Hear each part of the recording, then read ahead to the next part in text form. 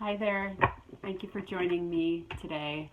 I missed last week because I was deep diving. I was deep diving, but I'm out of it now, and so I'm excited and curious to see what we end up talking about today because it was a big move for me. So I'm different now. So we'll see how that might match up with the collective, and anyway, I'm gonna dive right in. Let's see. Oh wow. Okay, that's beautiful. So the first card that we get is the call. This is judgment in most decks. In this deck, the Good Tarot, it's the call. Okay, let's see what we get with it before I start talking. Because I could say a lot just about that card, but let's see where it wants to go.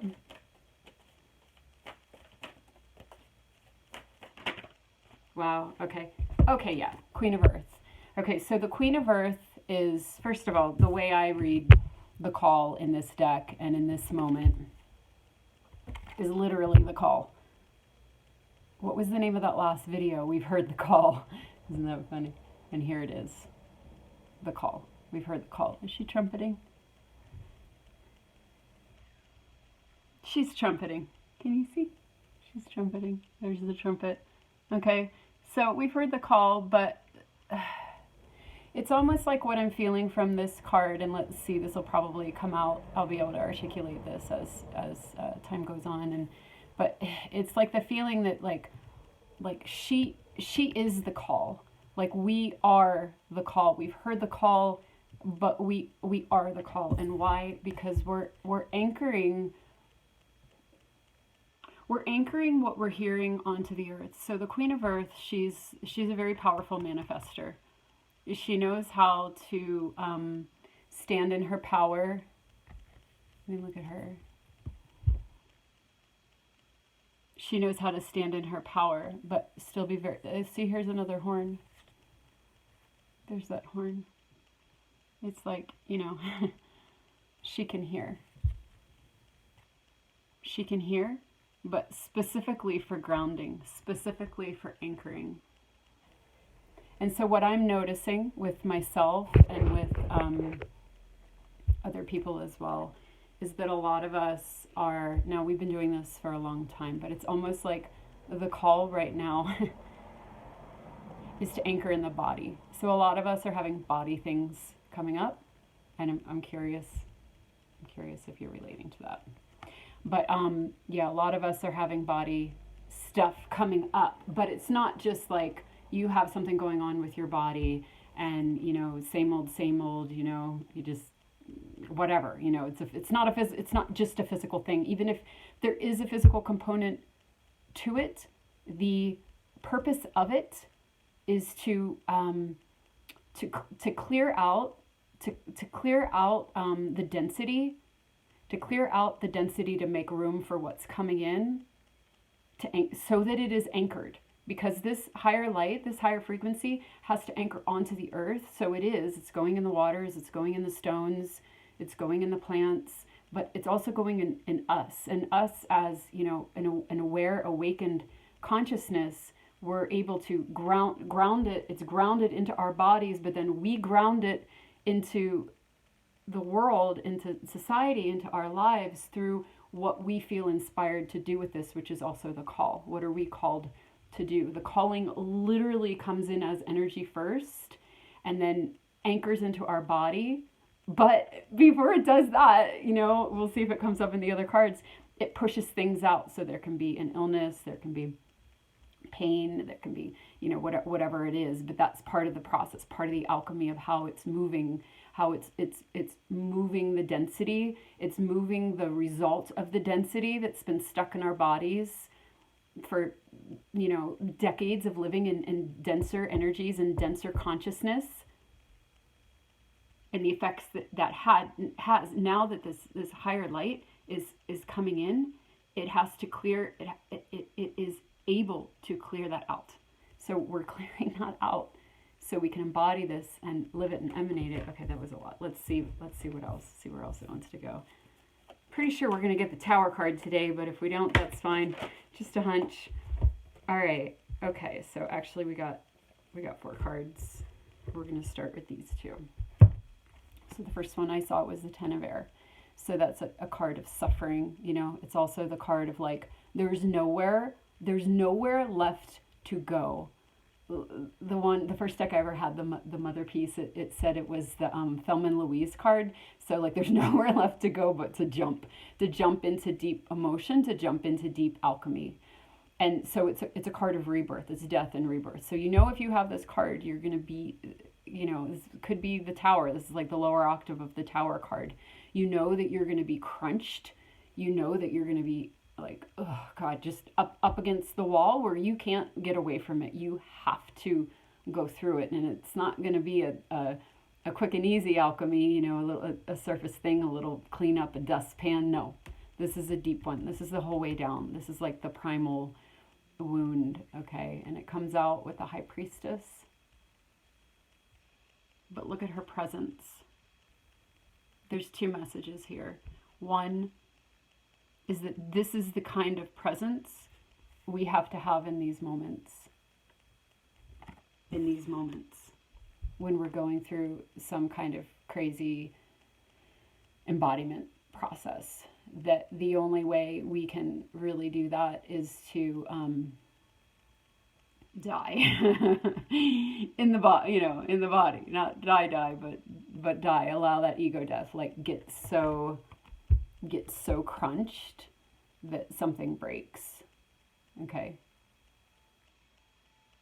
And it's not going to let you turn away from it. And so we need this kind of presence.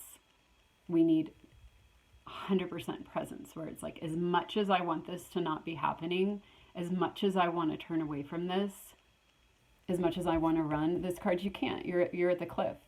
There's nowhere to go. You're going to get pushed over. You're either going to fly or you're going to fall, die.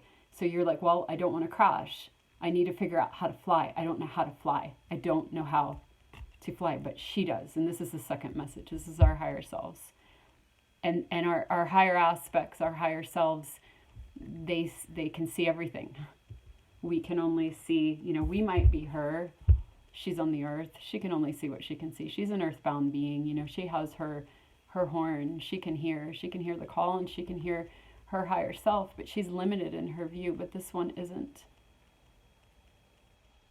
She can see the big picture. She can see why something's happening. She can see what's going to happen from it.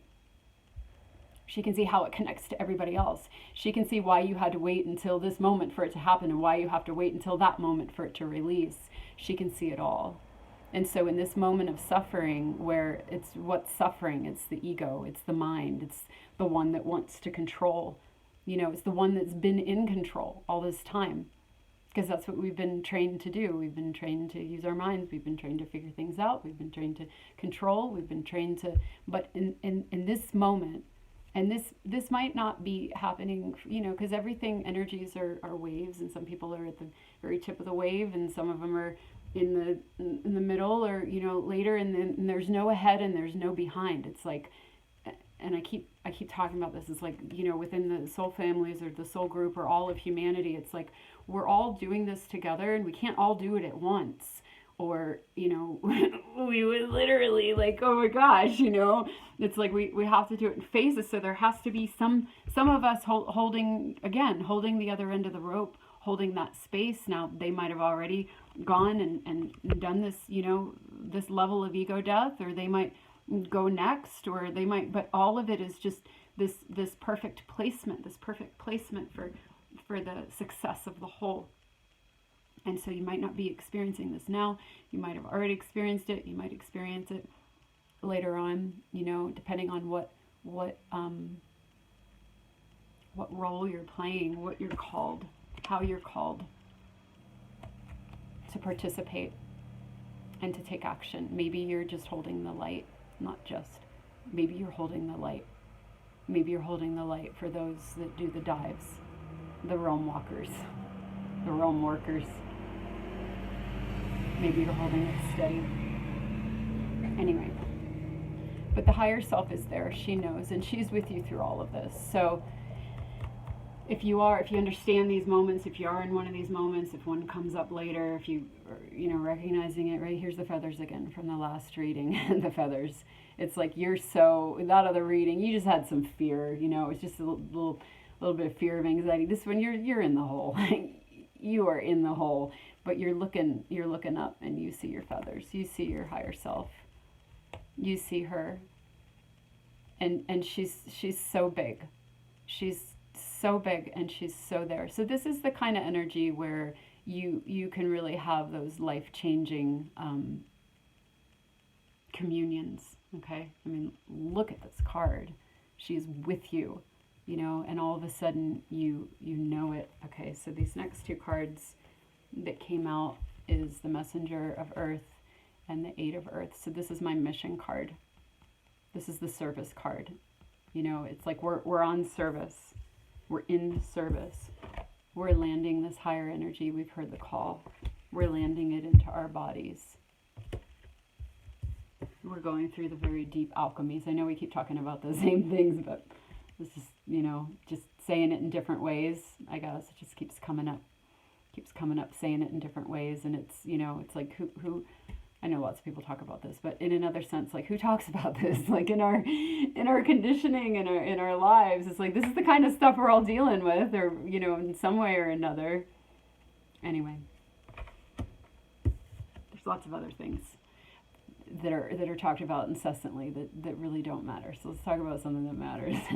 Okay, so anyway, so in service to the higher, bringing it down. Finding that communion, that inner union with our higher selves, the left and the right, sides of our brain, the feminine and the masculine, our higher and lower aspects, that place where we meet in the middle and we have that connection. We have that connection. That's what we're working on. This is a card of mastery.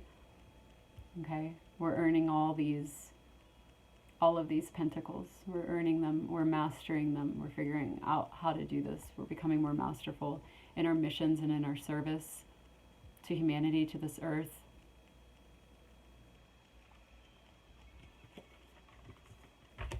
Okay. Yeah, there it is again. 3 Pentacles. So that card came up last time, but in the other deck. So that's like the working together card. That's the soul family. It's the soul contract. It's, we're doing this together. We're working on it together. I know there's just one in this photo, but that's how it feels. That's how it feels when we're in these moments, when we're in this hole. We can feel all alone. We have our higher selves. We connect with that at some point. At some point it breaks and she floods in. But we also have, the rest of the collective, the rest of our soul family. Similar message to last time. They're working with us, all of us holding different parts, working on different pieces, creating something different, doing a different piece for the whole, doing what we're called to do and how we're called to do it, whatever that looks like.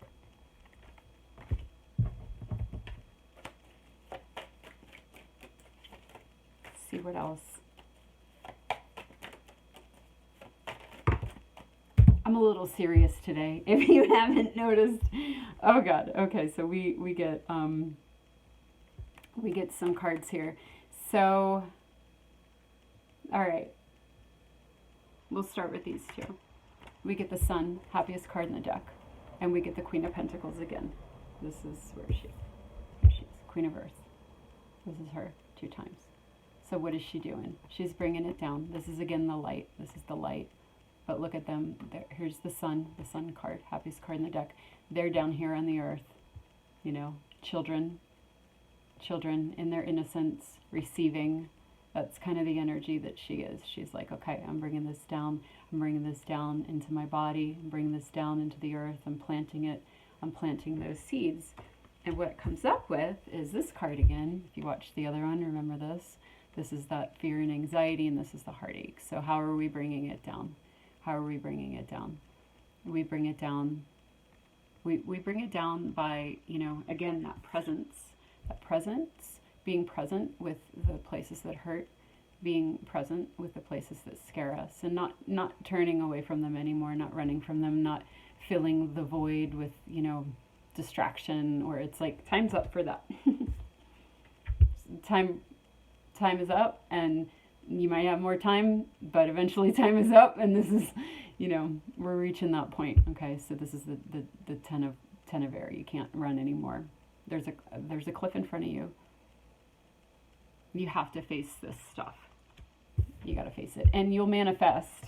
So here's another message with the Queen of Pentacles. It's manifesting. We manifest situations. We manifest situations in our lives to help us face this. And we can feel like a victim. We can feel afraid. We can feel, just a lot of suffering. We can feel like, oh my gosh, I've been, just working at this for so long. Like, why is this happening? And like, what am I doing wrong? And like, but it's grace. It's grace because, our higher selves can be bitches, first of all. That's what Irma and I will always say, like, oh my God, my higher self is enough of a bitch to make that happen, where they're not going to give up on us. They're not going to give up on us. They're not going to let us keep running and distracting and, settling and just being complacent and feeling not good enough. They're going to push us and push us and push us and push us until we get to the edge of that cliff and have to confront the things that we've been running from. We have to go the whole way down to the bottom of that cliff and find them. Look, there are the feathers again. The feathers. And the feathers. We find those feathers. What are the feathers? It's her. It's the fact that everything is connected. Everything is, this symphony of,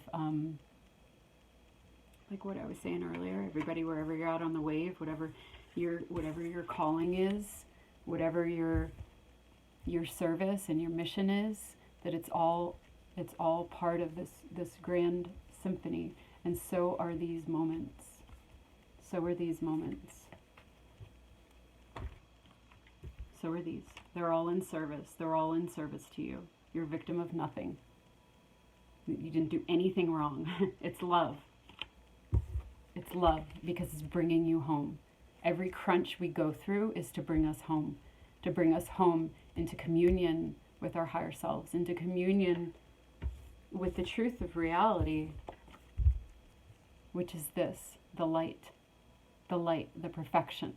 So even the hard parts are part of that light and perfection. They're bringing us home.